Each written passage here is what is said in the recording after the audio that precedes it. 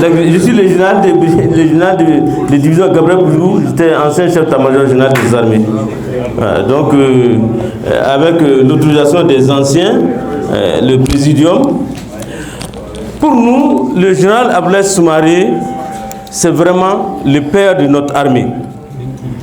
Et vous savez que quelqu'un qui a vécu pendant la période coloniale, donc il a vu ce que c'était que l'empire colonial français. Et dans tout cet empire, il sait que représentait sa terre natale. Ayant vécu tout ça, il avait donc des projets pour son futur pays, le Mali. Et nous savons qu'au niveau de l'armée, non seulement il a mis en place les bases de cette armée, les structurer, parce qu'il avait connu depuis avant, il a enseigné même à l'école d'enfants de troupes. C'est pour vous dire que quelqu'un qui a vécu constamment avec l'esprit malien, l'esprit du pays. Et jusqu'à présent, au niveau de notre armée, beaucoup de symboles, beaucoup de lieux portent son nom. Et nous étions avec le général Youssouf Bamba, qui est parti parce qu'il a des éducations. Leur promotion porte le nom du général Abdoulaye Soumaré. Et la nation lui a valu ça. Et nous autres, au niveau de l'armée, jusqu'aujourd'hui, même aujourd'hui, j'ai été directeur de l'EMIA également, ce qu'il a fait dire à la première promotion de l'EMIA, c'est le même serment que les officiers maliens prêtent même aujourd'hui. Ça n'a pas changé d'un nota. Vous l'avez entendu tout de suite dans celui qui a fait passer la bande sonore. C'est effectivement ce serment que tous les officiers maliens, même aujourd'hui, même la prochaine promotion qui va sortir, va prêter. C'est pour vous dire que c'est sa trace qui existe quotidiennement. Le ministre l'a dit, que ce n'est pas un roman, mais nous vivons. Et c'est dynamique, effectivement, monsieur le ministre, parce que jusqu'aujourd'hui, notre armée respire, se base sur les préceptes, les principes qui ont été légués par le général Abdoulaye Soumaré. Donc c'est vraiment une occasion pour pouvoir le remercier, magnifier cet homme. Et nous avons été très très contents qu'avec le général Yamoussa Kamara et M. Magassa, on commence à écrire l'histoire militaire. Ils ont mis en place un comité scientifique avec le professeur Doulaye Konaté pour écrire l'histoire militaire, donc les grandes figures de la résistance malienne. Et là, je crois que c'est une page de notre histoire et qu'à partir de cet instant, je crois que le courant, le petit volet qui manquait est en train d'être mis en place pour que toute l'histoire du Mali soit écrite comme cela s'est passé, comme cela s'est déroulé. Encore une fois, merci à son Excellence, merci à M. Daouda Tekete pour leur courage, pour ceux qui sont en train de nous apporter nuit et jour pour que la nation malienne comprenne ce que nous avons été dans le temps, dans le passé très proche et aujourd'hui pour que nos enfants puissent avoir un soubassement pour pouvoir préparer l'avenir.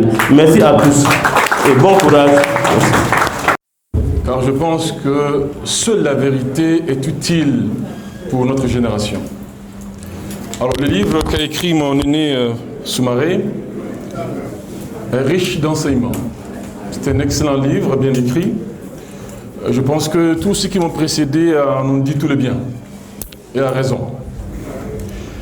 Maintenant, souffrez que je pose quelques questions qui vont paraître provocatrices. Oui. Vous savez, j'aurais voulu que l'auteur lui-même m'en épargne le constat ou m'en épargne la mention. Je suis sûr que derrière la tête, quand il écrivait ce livre, il souhaitait certains enseignements à tirer par la nouvelle génération de la vie de ce grand homme qu'est le général Abdoulaye Soumaré. Par rapport à l'armée, j'ai lu votre livre avec beaucoup d'intérêt. J'ai noté quelques erreurs, voire même quelques fautes commises alors et qui continuent encore aujourd'hui, d'après le peu que je sais de la vie de notre armée, a compliqué son évolution positive. Je dis bien compliqué. Vous l'avez noté qu'il y avait déjà dans cette armée naissante un sentiment de discrimination.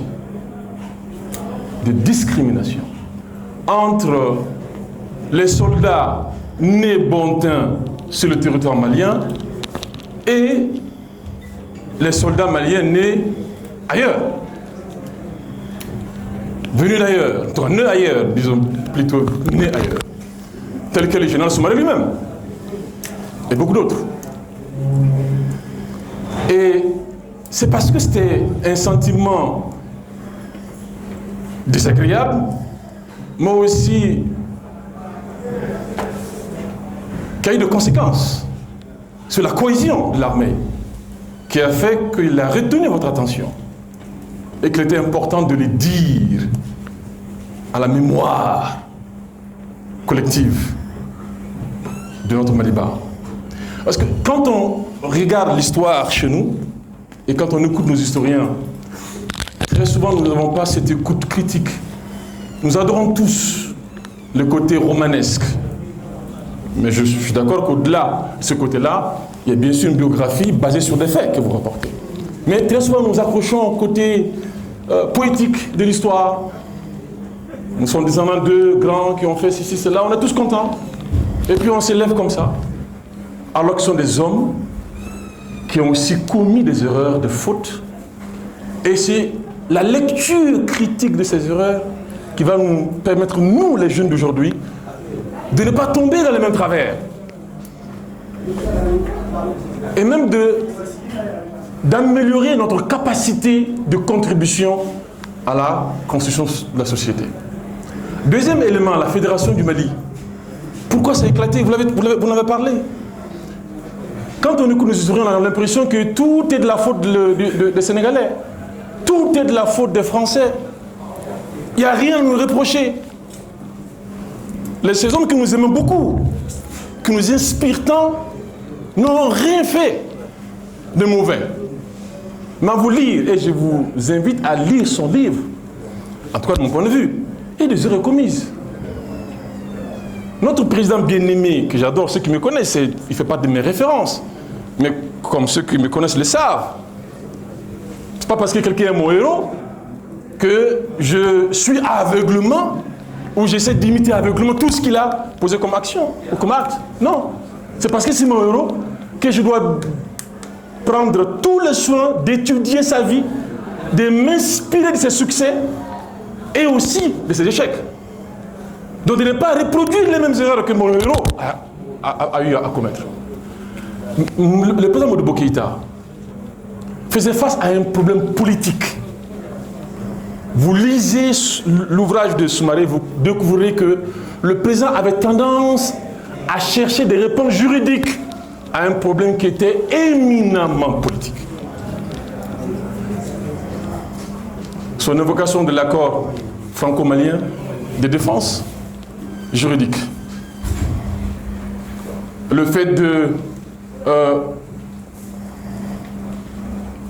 lors d'un conseil des ministres, de constater l'absence du ministre de la Défense qui est sénégalais, de s'attribuer ce poste, en plus du poste de chef du gouvernement de la Fédération.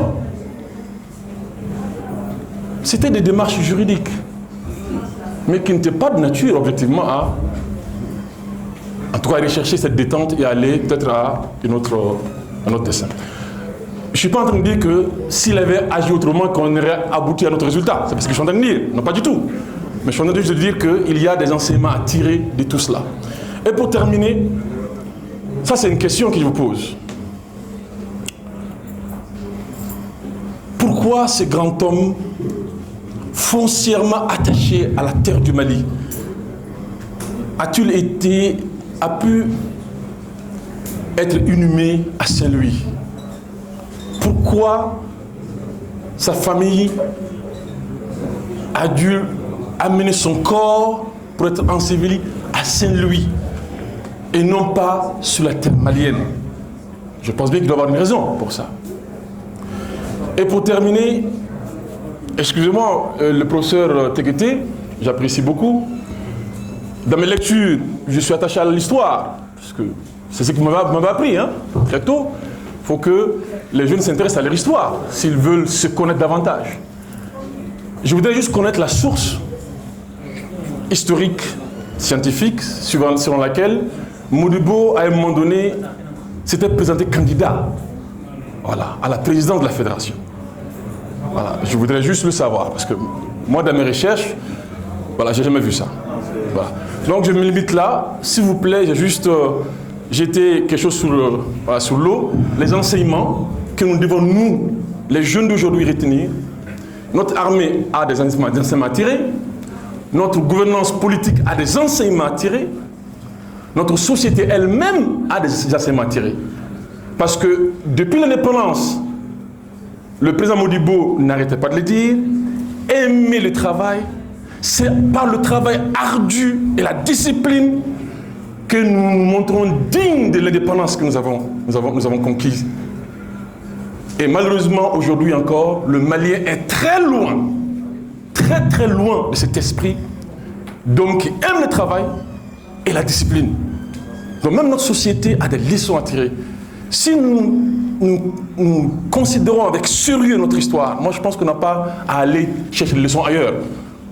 On a assez pour nous remettre en cause, assez pour nous relever, assez pour nous reconstruire, assez pour aller de l'avant. On trouve les grandes étapes, les grandes batailles, n'est-ce pas, avec souvent des figures de la colonisation qui vous rappelez, par exemple, c'est le cas du colonel Archinard, du gouverneur Feder, de Gustave, de Galini, et dans des circonstances assez précises lors de certaines batailles. Et vous n'oubliez pas non plus les officiers indigènes. Je parle notamment de Mamadou Racine Sy, Lamdon Djoulbetal, Mademba Sy, à qui justement on a fait don de l'état de Sansandeng, parce que bon, il s'était illustré lors de la bataille de Nioro. Et ce sont des lignes qui sont rappelées souvent avec beaucoup de précision.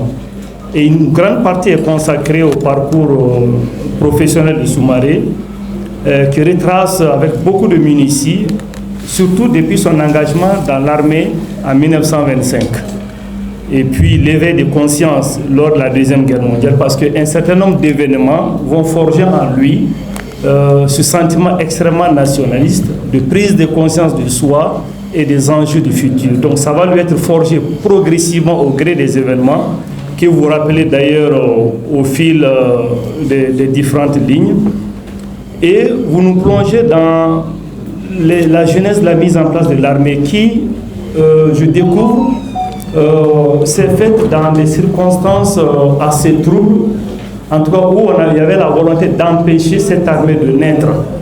Toutes les tractations étaient donc organisées pour que finalement cette armée ne puisse pas naître, mais dans tous les cas, ces élans de sabotage n'auront pas eu raison de la naissance de l'armée.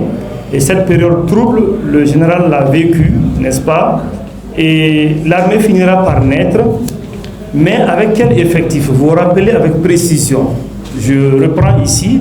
Donc à l'indépendance, c'était un général de brigade, en la personne d'Abdoulaye Soumaré, 5 commandants, donc Kélétiki Drabo, Mohamed Ould Issa, Binana Drabo, Sékou Traoré, Boubacar Traoré et Bala Koné. Et 46 officiers subalternes, et bien sûr 1232 soldats. Donc nous venons de loin. Voici donc ce qui était la composition de l'armée. Et donc finalement qu'il fallait faire prospérer à travers beaucoup de coopération, beaucoup de formation pour relever les enjeux qui étaient énormes.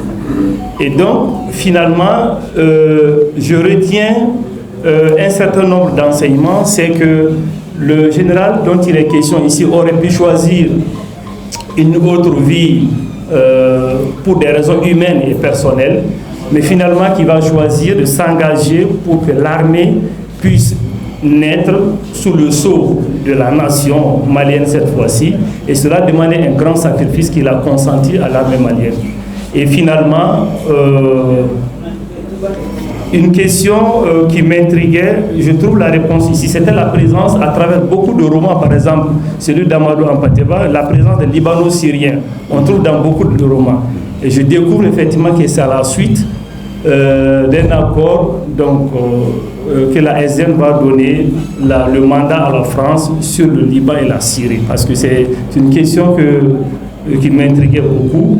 Et donc finalement, je découvre un livre qui rappelle beaucoup d'aspects sur la vie du général, mais sur la mise en place des unités de l'armée et surtout sur les méthodes coloniales à l'époque qui visaient à empêcher la naissance d'une armée, mais qui finalement va naître.